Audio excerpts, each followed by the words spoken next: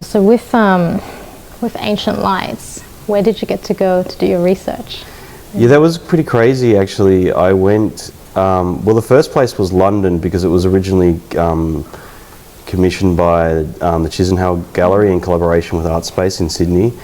And so I went to London for a research trip. I mean, when I met Polly Staple, the curator, I explained to her I was working on this idea to do with like using energy and this idea of a spinning coin in relation to the sun.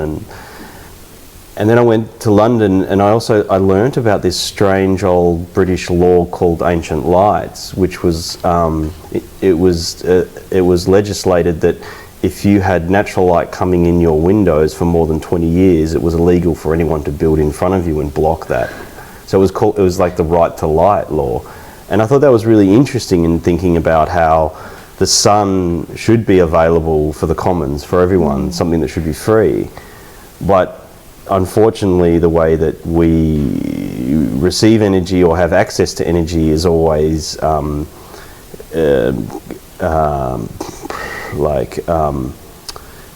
somehow forced through regulations or governments that make us pay for these things that should be free.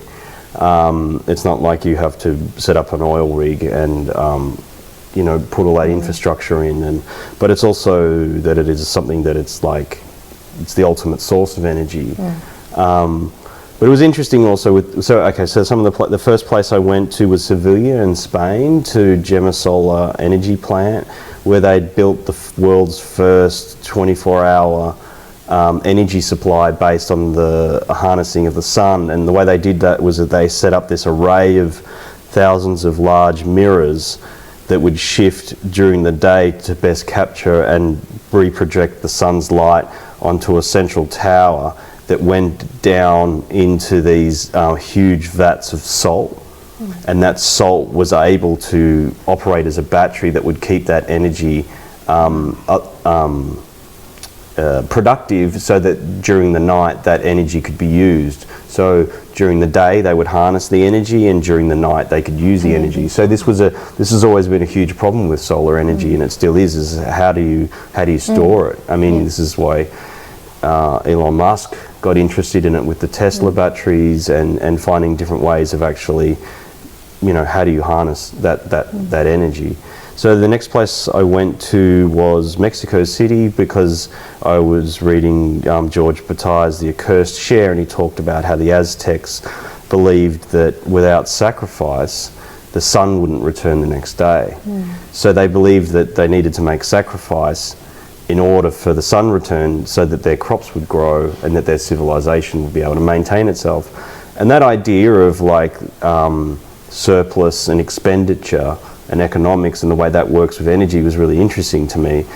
And as one will see in the film The Spinning Coin, that's a way to just attempt to address that idea of sacrifice. I found it very mesmerizing to watch. Yeah, I mean, I think it's also interesting because the work I made previous to that was like a very rapid, high-paced film with a really loud diesel generator powered by coconuts, and the footage was cut in a really aggressive way with really rough found footage, and it was to do with the Bougainville Civil War. So it was trying to capture this moment of tension that was happening there. But with this work with the idea of the sun, like, it's a very slow release situation. So I wanted to make a work, and I knew that was going to be a risk because of, you know, the short attention span of art audiences, but to try to make a work that would somehow lull people in to the themes of the work, but also through this mesmerizing coin to sort of start to somehow meditate on some of the things I was dealing with in the work itself.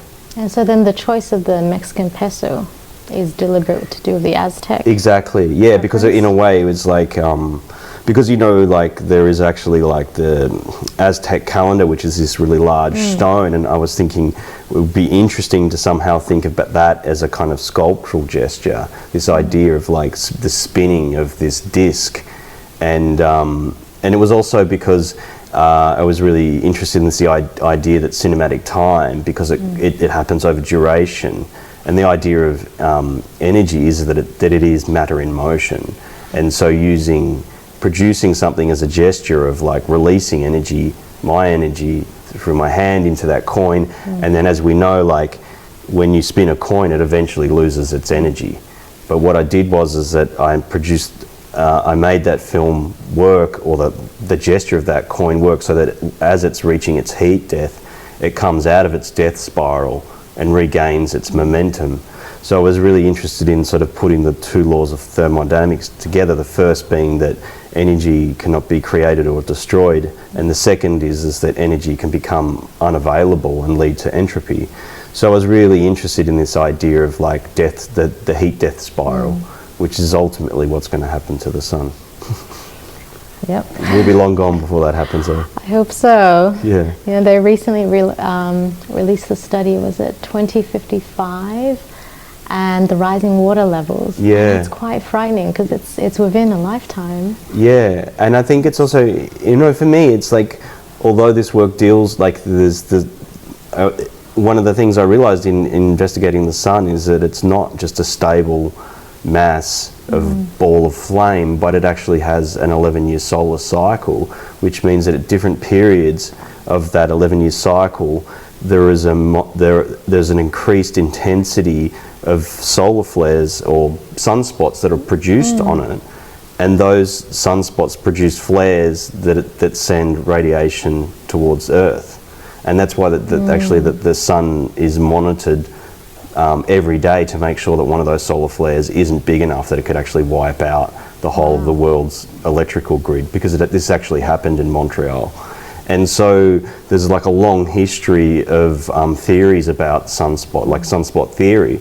And this guy, Alexander Chevetsky, who was a Russian biophysicist, believed that during periods of solar maximum, where there's more sunspots and more radiation coming towards Earth, that people's behaviour would change, or it would lead to an increased motivation in behavioural changes. So, he believed that it was responsible for the Russian Revolution, periods of mass migration, insurrection, and then also he believed that when that intense period dropped off, that it would there'd be a sort of moment of lethargy or kind of. But there's another guy, William Stanley Jevons, a mathematician, I think, or an economist, who studied the 11-year solar cycle in relation to economics and business, and the idea that if you have a bad crop yield, which is determined by the sun, then that gets into the market and into economics. And he was looking at he was trying to find correlations between sunspot theory and periods of boom and bust within particular economies. Wow. Yeah. That's new to me. That's actually really and so I guess interesting. like this idea of the spinning coin, it's talking about that, this idea of like this sense that the sun is not just this stable, you know, kind of what would you call it, like definable source of energy, but it actually has fluctuations and yet undulations. Everything is a cycle. Yeah, it has a cycle. Yeah, so there are like various cycles in the work. Like there's the cycle of the spinning coin, there's the cycle of the solar cycle itself, but there's also, when the work was originally commissioned, we set up an off-grid solar supply on the roof of the Chisenhal Gallery, so that we were essentially harnessing the sun's light and turning that into energy, and then turning that back into light through the projectors. But the thing that was really interesting to me, that there was a possible sacrifice that the work wouldn't work, because if we didn't have enough sunlight, the projectors wouldn't turn on. So I was really interested in the way that there wasn't only a work about the sun, but it was a work that used the sun. So not only you have this spinning coin that's in this kind of undulation, but also the actual sun revolving around Britain was also part of the work. So I was really interested in that. You had the solar panels also in Sydney. In Sydney as well. Like most of the times, it's intended that the work is set up in that way. But I also am interested in testing it in other ways without it, because I feel like there's enough symbolic, representational material in the work that a lot of those themes can be explored. Yeah, because I really enjoyed that part about the solar panel, knowing that there's solar panels that powered the projections. Yeah, and so in this instance we made like a work as a kind of gesture towards that, where we have a solar panel, but on top of that solar panel is actually Alexandra Tversky's chart. So that was sort of a way to kind of footnote that. Yeah, I was going to ask you about that, because that was new to me.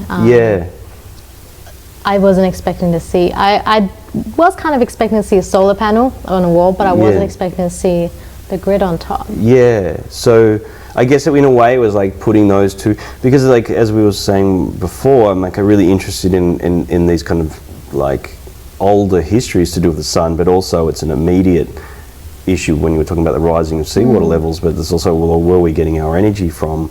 And it's coal that's producing a rise in water. So coming from Australia, we have an abundance of sun, but we're not using it. So it was also very much about just driving around, seeing people starting to take matters into their own hand and going off grid or investing in solar energy and sort of moving away from government policy or attempting to. I mean, that's the sad thing is that a lot of countries will put a short-term kickback for these kinds of things, but you know, really we could be doing a lot more. I mean, people shouldn't be paying for electricity if the sun's giving it to us for free. Yeah. So I guess I'm really interested in that as well, the way that a particular material can be harnessed and controlled and lead to another set of sort of power dynamics, not just energy, but also like broader political, social situations. Yeah.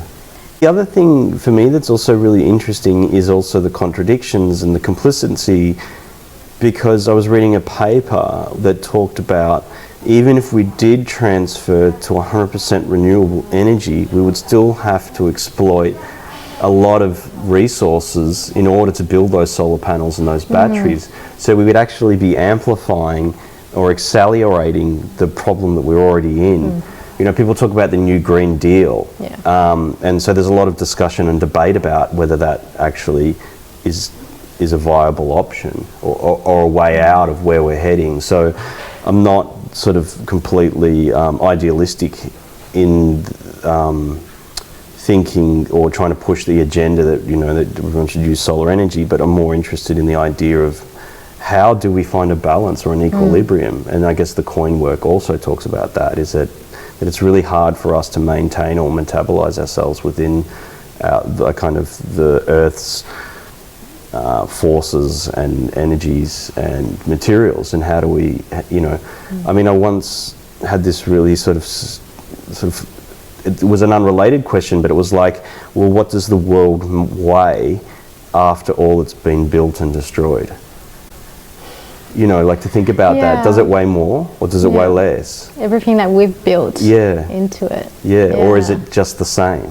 Is it, you know, like, you know, so I was really interested in that. Is that, have we kind of made a heavier world based on all of the things that we've produced? Or has there also been a sense of loss in that? And I guess that also relates to energy. It's a really interesting thought, actually. Yeah. So, and then on the, also the trees. So with the trees, like Alexander Tversky, the Russian biophysicist, he was collecting data from various places around the world of other people who were also looking at the solar cycle. And there was originally an astronomer who moved into examining tree rings, and he actually was the founder of a type of dating called dendrochronology, where you can use tree rings to work out how old something is. But he only came to that by mistake. What he was actually trying to do was find the solar cycle in tree rings.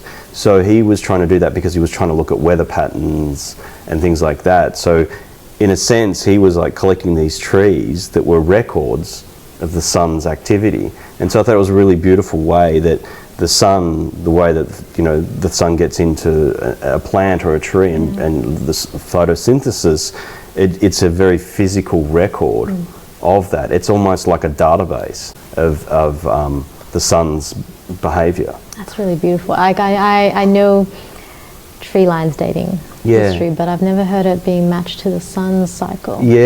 So that's and so Tversky was like seeking research or validation for his theories based on the data that had been collected from these tree rings. So I thought that was really interesting, that they were like records not only record players, but also, you know, it was like playing the history of the sun's activity.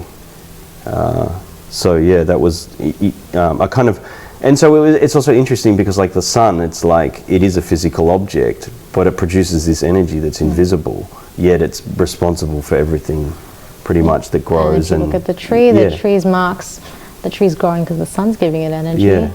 Yeah.